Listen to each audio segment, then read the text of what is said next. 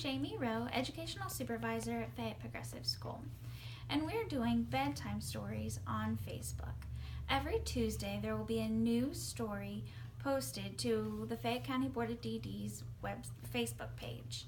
There will also be a collection of stories on our YouTube channel, so you can tune in every Tuesday and share a new book with your family.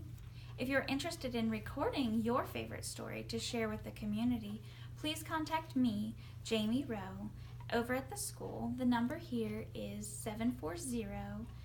740-335-1391.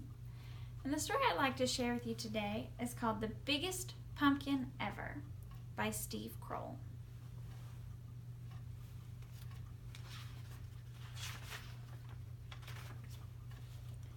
Once there were two mice who fell in love with the same pumpkin. Clayton, the house mouse, noticed it one day in the vegetable garden. It was still little and green, but Clayton thought he could make it grow really big. It might even get big enough to win the grand prize at the town pumpkin contest.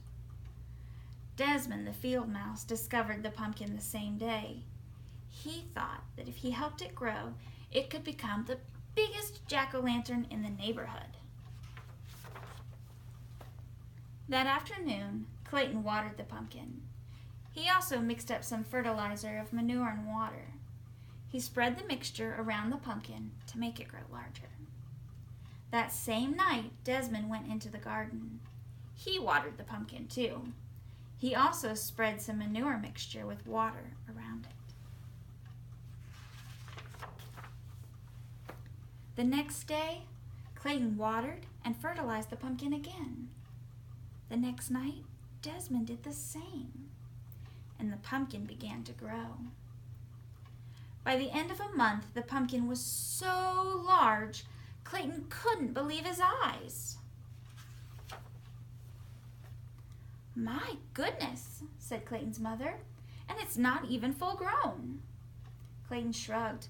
"All I do is water it," he said. Clayton's mother whispered in his ear. "If you want the pumpkin to grow faster," she said, "you should use sugar water." That night, Desmond brought his brother Morris to see the pumpkin. Morris knew everything there was to know about growing things. "That's some pumpkin," he said. Desmond shrugged. "All I do is water it," he said. Morris whispered in his ear. "You should try using sugar water," he said. The next day, Clayton dug a small hole beside the pumpkin vine. In the hole, he placed a bowl full of sugar water. He cut into the vine a few inches from the pumpkin. In the cut, he put one end of a piece of candle wick. Then he put the other end in the bowl of sugar water. That night, on the other side of the pumpkin, Desmond did the exact same thing. Within a week, the pumpkin was twice the size it had been. Within 2 weeks, it was absolutely enormous. Clayton was amazed. He ran down the road and peeked into his friend Jimmy's pumpkin patch. The pumpkin Jimmy was growing for the contest looked much smaller. He said out loud, "I think I'm going to win the contest." That night, Desmond and his brother Morris spent a long time looking at the pumpkin. "How do you think it got so big?" Desmond asked. Morris shrugged. "A little luck, a little skill." "It's going to make some jack-o'-lantern," said Desmond. "It sure is," said Morris. A week later, Clayton noticed the pumpkin was bigger than the family car. During the day, everyone he knew came to admire it. And at night, all the field mice gathered around to do the same. By now, summer was almost over. In a week, the pumpkin would be full grown and start turning yellowish and then orange. A few weeks after that, it would be ripe and ready for the pumpkin contest. Clayton could hardly wait. The pumpkin was growing so fast. Soon it would be larger than his house. Then he had a terrible thought. if the pumpkin is so big, how will we get it to the contest? It wouldn't fit in his red wagon. It wouldn't even fit in the truck. Clayton decided to worry about that when the time came. That night, the weather grew colder. Thinking there might be an early frost, Clayton rushed out to the pumpkin with his blanket. One was not enough. Soon he was rushing back and forth carrying the blankets from his house. As he worked, he hummed a little song, and as he hummed, he heard someone singing. He also began to realize that someone else was covering the pumpkin with blankets. Desmond, too, had seen the danger of an early frost. He, too, had brought blankets for the pumpkin, and he worked and sang a little song. And as he sang, he began to realize that someone else was working and humming.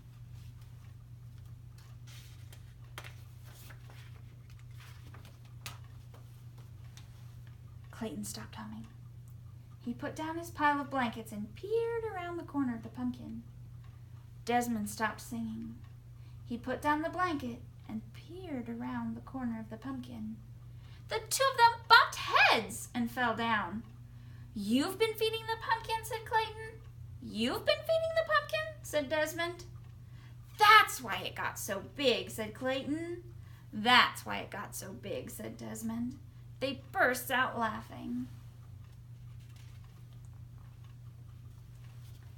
When everything had been explained, Clayton said, "I know I'll win the pumpkin contest if I can get the pumpkin to town."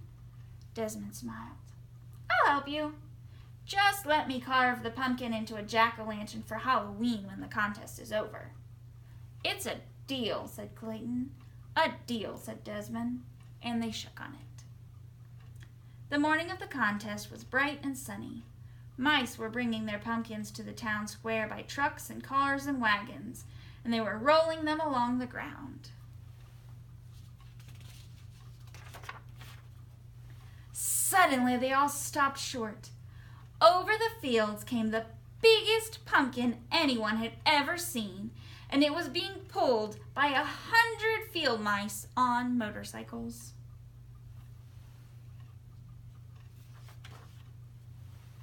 When the pumpkin reached the town, it was too big for any of the streets.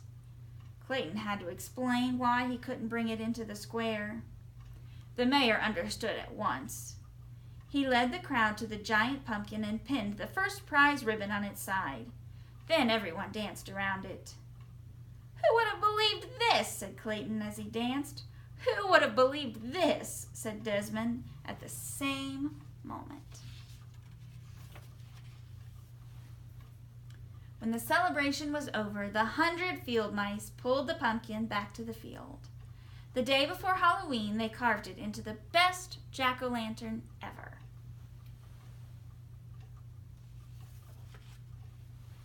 And on Halloween night, its wonderful smiling face could be seen, glowing for miles. Thanks for joining me for a story tonight, and sweet dreams.